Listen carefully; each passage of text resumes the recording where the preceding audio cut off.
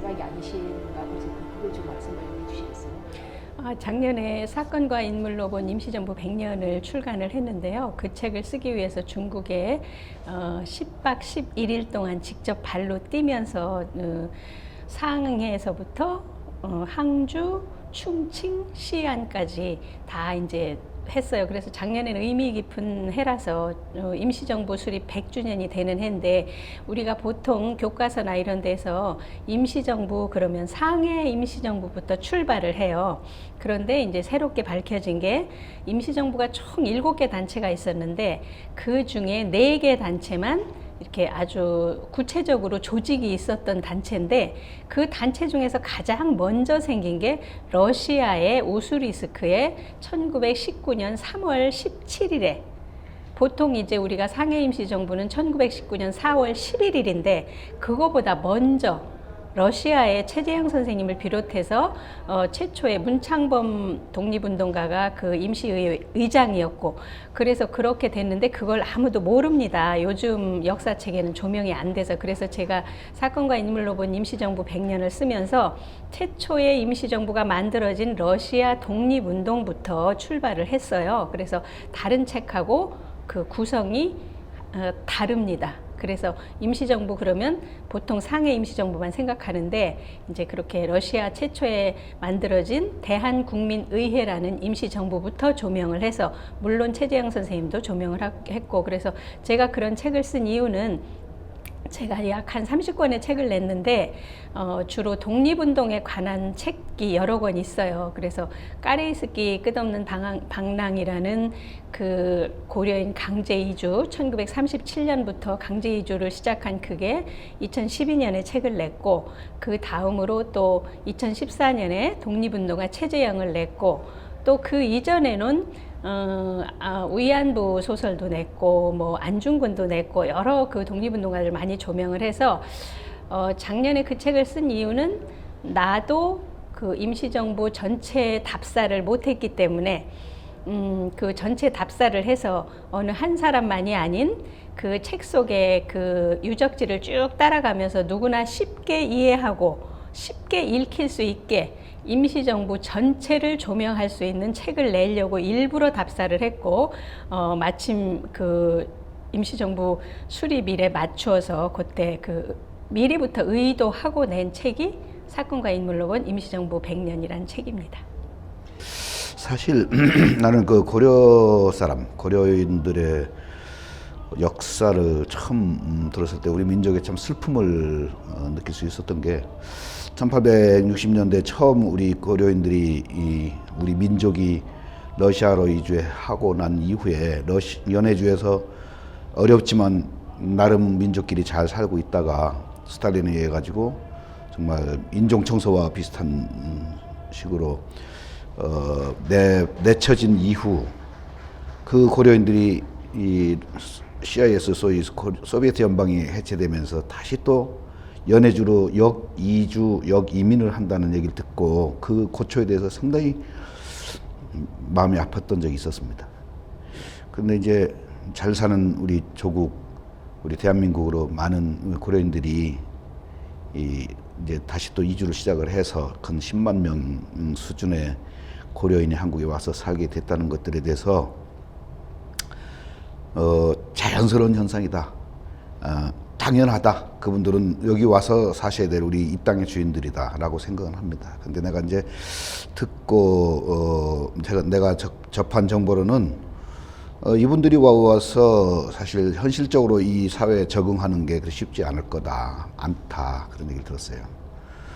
특히 자라나는 어린 아이들을 데리고 이 땅에 이제 정주하려고 하는 우리 고려인들 중에는 우선 당장 생활을 하기 위해서는 자기 직업을 또 가져야 하고, 그러다 보니까 또 언어적인 장벽이 또 굉장히 어떤 민족에 비해서도 차라리 타민족들보다 더 큰 언어 장벽이 기다리고 있고, 그러다 보니까 데리고 온 어린 자녀들의 교육 문제에서 또 큰 문제에 부딪혔다는 얘기를 들은 적이 있습니다. 그래서 사실 이 고려인들을 이 사회에서 잘 잘 적응해서 대한민국 시민으로 잘 살 수 있게끔 만들 수 있는 건 우리들이 지금부터 같이 고민해야 될 일이 아닌가만 그렇게 생각합니다. 도움이라기보다는요, 나는 고려 최저임금진흥사업회를 운영하면서 느낀 게 역시 그 고려인들 중에서도 최정이라는 분에 대해서 모르는 사람이 많다. 우리 민족, 여기 살고 있는 우리 대한민국 시민들이 지금까지 최정이라는 분에 대해서 몰랐던 만큼 우리 고려인들에게도 참 상당히 생소한 인물이었다. 그만큼 우리 교육, 우리 역사를 배울 기회가 없었기 때문이겠죠. 몇 년 전에 고려인 학생에게 안중근 의사를 물어봤더니 안중근 의사라고 하니까 닥터, 의사 선생님 안중근 정도로 너무 모르는 거죠. 그 학생들한테 왜 그럴까라고 하는 생각을 잠깐 했다가 제가 그런 느낌을 받아서 교육을 받지 않았는데 어떻게 하나. 그 사람들은 소련 혹은 러시아의 교육을 받았는데 한국 역사에 독립운동을 했던 안중근 의사, 최재형 선생을 배울 기회가 있었겠나. 안 배웠는데 그 아이들한테 왜 모르느냐라고 하는 것부터가 우리가 참 대단한 편견 속에 있었구나 하는 생각을 했었어요. 그만큼 우리가 이제 고려인 협회가 생겨서 우리 최재형 기념사업회를 돕는다라기보다는 우리와 함께 고려인들에게 최재형 선생을 알리는 일 함께 하고 또 최재형 선생이 고려인 사회에 어떤 분이었는지를 우리 시민들에게 알리는 일 함께 해나가면 되지 않겠나 그런 생각입니다. 그러면은 그런 협회가 있다는 게 좋은 일이라고 생각하십니까? 그러면요. 좀 늦은 감이 있죠. 꼭 있어야 될 일이고 그래서 사실은 내 생각으로는 제한 고려인 동포를 대우하는 특별법 같은 것들을 청문회나 정책 토론회를 통해서 입법을 한번 추진했으면 어떨까. 내가 이제 고려인에 대해서 관심을 갖게 된 거는 2009년에 그 멕시코로 그 사기 이민을 당한 애니갱이라는 그 우리 민족이 있어요. 1905년에 1033명이 그 일본의 사기를 당해서 멕시코로 팔려간 얘기가 있거든요. 그걸 이제 청소년들이 읽기 쉽게 애네겐 아이들이라는 책을 2009년에 펴내고 그리고 그때 한참 고려인에 대해서 라디오나 방송국이나 이런 데서 고려인에 대해서 막 조명이 되기 시작했어요. 그래서 그 고려인 강제 이주라는 걸 처음으로 알게 됐고 그래서 너무나 가슴이 아팠고 나도 모르는 역사였고 그래서 이 멕시코로 팔려간 그 애니갱도 굉장히 가슴 아픈 우리 역사거든요. 그게 일본 때문에 그렇게 팔려간 거예요. 그런데 그 뒤로 고려인에 대해서 알아봤더니 역시나 1937년에 중앙아시아로 강제 이주를 당한 까닭에 아주 큰 요인이 또 일본으로 인한 거였어요. 그래서 내가 그런 디아스포라 작품을 많이 썼어요. 그래서 그 고려인 강제 이주야말로 내가 꼭 작품을 써야 되겠구나. 그래서 이제 2012년에 그 동화라는 13살 먹은 여자가 소녀죠. 소녀가 1937년 연해주에서 살다가 그 강제이주 열차에 태워져서 최초의 기착지인 카자흐스탄 우슈토베에 내려서 거기서 이제 그냥 그 정말 열악한 환경 속에서 살아내는 그래서 그 13살 소녀가 56살까지 살은 할머니가 될 때까지 살은 1956년까지의 이야기를 썼어요. 그래서 그 책이 이제 지정도서도 되고 까레이스키 끝없는 당랑이라고 그래서 굉장히 많은 독자들의 호응을 받고 있고 지금도 역시나 계속 팔리고 있어요. 근데 그 책을 쓰고 처음으로 제가 러시아 땅을 밟았어요. 왜냐하면 가보지 않고 사료만 그 역사 교수들이나 이런 사람들이 그 밝혀낸 책만 가지고 썼기 때문에 내가 실제로 시베리아 횡단열차를 타봐야 되겠다. 그래서 2012년 9월 달에 처음으로 블라디보스톡에 공항에 내려서 첫 번째로 간 게 우스리스크였어요. 우스리스크에 가서 최재형이라는 이름을 처음 들었어요. 그 지금 기념관이 만들어졌지만 그때는 러시아 여자가 살고 있었고 담이 쳐져 있어서 우린 안으로 들어갈 수도 없었고 벽에 최재형이 살았던 집이라는 표지판만 있었어요. 그런데 그때 당시 가이드로부터 안중근 의사의 하얼빈 의거를 직접적으로 도우신 분이다라는 얘기를 듣고 돌아와서 이제 최재형에 대해서 이제 학술서를 보고 그랬는데 학술서라는 건 일반 독자는 읽기 어렵잖아요. 학자들이나 연구자들이 읽는데 이 최재형의 삶이 너무나 감동을 줬어요, 저에게. 그래서 우리 청소년들한테 이분의 일생을 꼭 알려야 되겠다. 그래서 2014년에 독립운동가 최재형이라는 책을 펴냈어요. 소설 형식으로. 그러니까 이제 읽는 사람들이 그 역사 무슨 학술서가 아니기 때문에 스토리를 따라가기 때문에 굉장히 감동을 받고 잘 읽혀서 그걸 쓰면서 제가 생각에 지금 이제 그 책으로 인해서 최재형 홍보대사도 했고 또 최재형 기념사업회 상임이사도 하고 그러다가 2019년부터 최재형 기념사업회 이사장을 맡게 됐는데 그 책을 쓴 이후로 그렇게 된 거예요. 그래서 제가 이제 앞으로 생각엔 우리가 정말 중앙아시아에 굉장히 많은 고려인들이 퍼져 있고 그 아픈 역사를 갖고 있는데 그들의 역사가 내가 1860년대에 최재형 선생이 태어났고 1869년부터 러시아로 가서 1920년에 돌아갔기 때문에 1869년부터 1920년까지는 내가 러시아를 그렸어요. 최재형을 통해서.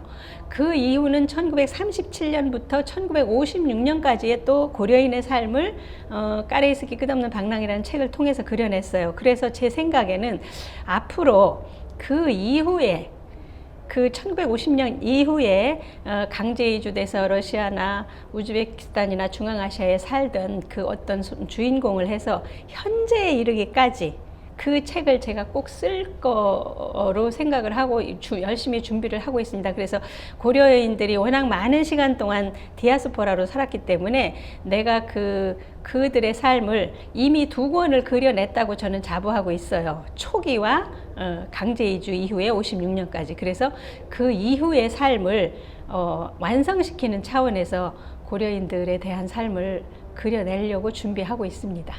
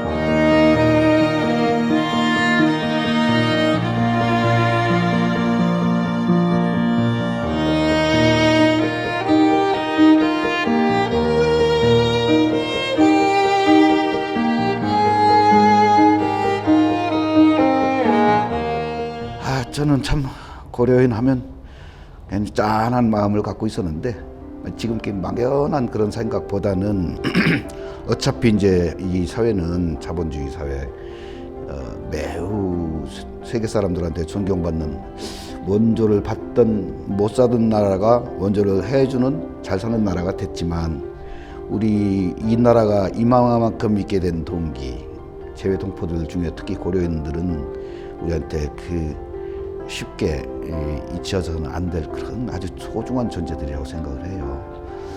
여기 오셔서 사시는데 많이 팍팍하고 적응하기 힘들고 그랬을 겁니다.